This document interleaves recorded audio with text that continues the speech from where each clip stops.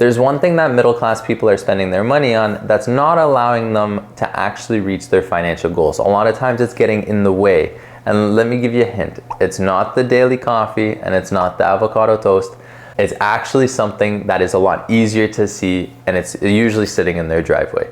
Hello everyone, welcome back to another video. My name is Ali. I'm a certified financial planner based out of Toronto, and I'm going to talk about why the middle class here in Canada is having a very hard time to get ahead, and it's because of their vehicles. I'm a big car person. I've always admired cars ever since I was a little kid. Growing up, I loved the Lamborghini Murcielago, I loved the Lamborghini Gallardo, I loved the old Japanese cars as well. So the original NSX, the Lancer Evo 7. I also really like a lot of quirky cars such as the Japanese K cars and K trucks. So don't get me wrong, I'm a big believer that you should be able to experience these things. However, you can't let these things get in the way for you to actually achieve your financial goals in the future. Let me know if you have a dream vehicle that you're looking forward to working towards in the future. Please leave those in the comments below. Like I said, I'm a big car guy. I'd love to hear what your dream vehicles are. The cost of new vehicles has gone up. Ever since COVID, the prices have gone up quite a bit. The average price of a brand new car is $66,550 here in Canada. The average price of used vehicles have also gone up. The average cost of a used vehicle is about $35,754. Now the problem is when the cost of a vehicle has increased significantly, that also means that people tend to take out loans. And when they take out loans, that means they have a monthly payment. And as the cost of the vehicle goes up, usually the monthly payment goes up as well. The average monthly car loan payment for a used vehicle in Canada right now is sitting at about $618 per month. The average car loan payment for a brand new vehicle is sitting at about $880 per month. And 30% of car loans for brand new vehicles here in Canada are actually $1,000 or more per month. Now you're probably asking yourself, how is this possible? There's a number of things to consider and the reason for why the cost of vehicles has gone up quite a bit. Now there's really three things that determine how much a car loan payment is going to be on a monthly basis. The first thing is the cost of the vehicle and how much money you're putting as a down payment. Now usually the higher the down payment, the lower the car loan balance is, which means that the monthly payments are usually a little bit lower. The second thing that really comes into play is the interest rate. Now, of course, anybody who has a relatively good credit score will usually have a lower interest rate. Now, of course, interest rates on car loans can vary quite a bit. It could be somewhere around 5 to 7%. It could be significantly higher than that. And there are loans out there that are 15, 20, 25%, if not higher, on these car loans. Now, the very last thing that will really determine how much you're paying on a monthly basis for your car loan is the length of the term for the actual loan itself. You'll find that as the term gets longer, the payment ends up getting reduced. Now we're seeing car loans that are spread across 72 or even 84 months, which in theory sounds good because you get spread out the payments, so you're paying less on a monthly basis. But that also means that you're carrying the debt for longer, which usually means that you're paying a lot more interest in the long term. Now I'm going to give you a couple different examples here. The first example that I wanted to go through is determine what the car payment would be if you have a lower interest rate versus if you have a higher interest rate and everything else is the same. Now let's say that the cost of the vehicle is $35,000 and you're putting $5,000 down. So the overall car loan is going to be for $30,000. If we were to take a look at a 60-month or 5-year term for the loan, at a 5% interest rate, we're looking at a monthly payment of $566.14. If we take a look at an 8% interest rate for the exact same car loan, then we're looking at $608.29 on a monthly basis for those full 5 years. You may be looking at this and you're like, well, it's an extra $40 a month with an extra 3% interest from 5 to 8%. That's not going to make that big of a difference. But if you take a look over the 5 years that you're paying that down, you're actually paying an extra about $2,500 more towards the loan over that time period. So by the end of the term, for the vehicle that was $35,000, you actually are paying $38,968.22 for if you had the loan at 5% versus $41,497.51 if you were at the 8% interest. So as you can see, the $35,000 vehicle is now almost a $42,000 vehicle after you pay off the loan in 5 years. Now let's take a look at another example. In this example, we're gonna assume that it's the same interest rate, the same down payment, and the same cost of the vehicle. The only difference is we're gonna take a look at what happens when you have a shorter term versus when you have a longer term.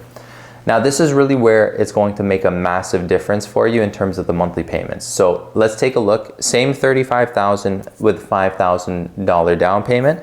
In this case, we're gonna take a look at an interest rate of about 5%. And we're gonna assume that the first loan is going to be 48 months. So that's gonna be over 4 years.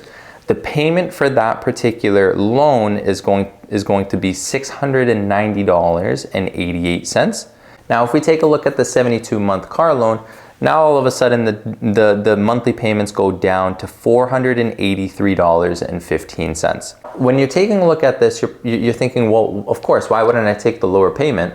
The lower payment is going to allow me to be able to actually afford this vehicle. This is where most people get this wrong. Most people think because the payment is lower, they can afford it, and this justifies them actually paying for that vehicle over 72 months.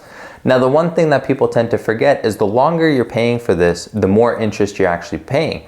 So in this case, just by extending the loan to 72 months, you're actually gonna pay an extra $1,600, $1,600 extra in interest by the end of the loan. So in this case, that $35,000 vehicle is going to actually end up costing you $38,162.18 if you took the 48-month term versus $39,786.65 if you took the 72-month loan. So again, in this situation, now all of a sudden the $35,000 vehicle is almost a $40,000 vehicle by the time you pay off the vehicle in 72 months.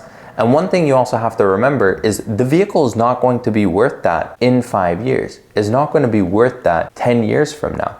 So that's one thing you have to understand. You're paying a lot more interest, but the value of the vehicle is actually going down over time, which is where a lot of people actually end up losing the value of the money that they used to buy the vehicle. Now, there's a couple of things that you can do to really help save money when it comes to buying a vehicle. There are a total of 4 things that I want to talk about. Some of them are very easy things that you can do, and others is going to be a little bit difficult, especially if you're used to driving a certain type of vehicle. So the very first thing is, of course, you can buy a cheaper vehicle. A lot of people nowadays are looking at the average vehicle, which, you know, as we mentioned, was about $35,000 for a used vehicle, $66,000 for a brand new vehicle. Now, here's the thing. If you're making $50,000 a year, $60,000 a year, $70,000 a year, you should not be buying a vehicle that's $40,000, $50,000, or $60,000. You should be buying yourself a used vehicle that is between, you know, $15,000 to $20,000. You don't necessarily have to spend double that on that vehicle. Also, people that have $100,000 vehicles that are making $100,000, that doesn't make sense either. It's one of those things, just because you're making that much money does not mean that you can actually afford that vehicle. That's actually what's pushing you to spend more money on your car versus using that to actually get ahead in these situations. Now, of course, one of the things that you can do if you wanted to lower your payment on a monthly basis, you could actually take a longer term. Now, as you can see with the examples that we discussed, the longer the term that you take, the more interest you're gonna pay. So personally, from a financial planner, I would tell you to not do that. I would tell you to pay down the car loan as quickly as possible if you have to take a loan. If you don't have to take a loan, I would recommend don't do that because it gives you more flexibility in terms of what you can actually do with the money, whether that's putting it towards savings, whether that's investing it for retirement, or whether it's using it for other reasons to help you in your financial situation. Now, of course, if you don't have $15,000, $20,000, $25,000 just sitting around to spend on a vehicle and pay cash, One of the things I would still recommend though is put down more money on the vehicle. So say for example, you want to buy a $20,000 vehicle. Instead of putting $5,000 down, put $10,000, $12,000, $15,000 down. And then if you need to finance the rest to make it worthwhile, then you can definitely do that. But just remember, the more you put down, the lower the actual loan balance is going to be, which ultimately means that the payments that you're going to have on the vehicle are going to be lower as well. So it's a win-win in this situation, but I would still ultimately want you to pay down the loan as quickly as possible. But if this is going to be the stepping stone for you to get into a vehicle that is reasonable, but also reliable, then by all means do that. Now, of course, the very last thing that you can do to actually get a better value for the car loan, if you have one, is to boost your credit score. The best way to do this is to make sure that you do not overspend on credit cards, lines of credits, or any other debts. The best thing you can do is actually pay down your debt and make sure that you're staying on top of all of the debt payments that you have.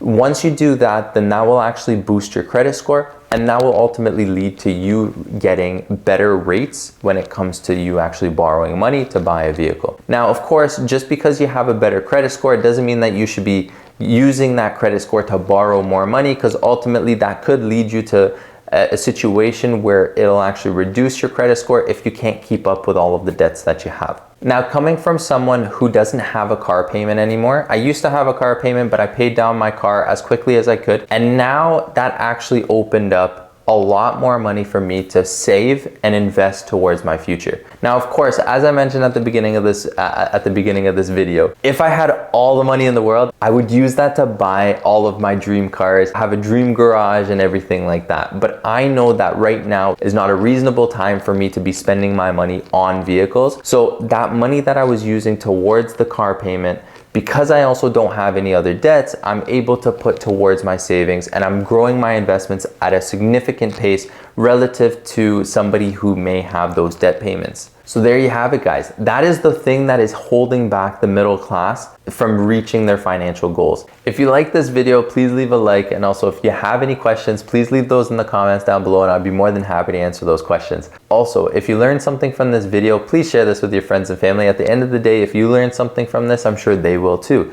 And it also allows me to continue to make these videos, to make this information readily available to people like yourself. As always, guys, stay safe, take care, and we'll see you guys in the next one.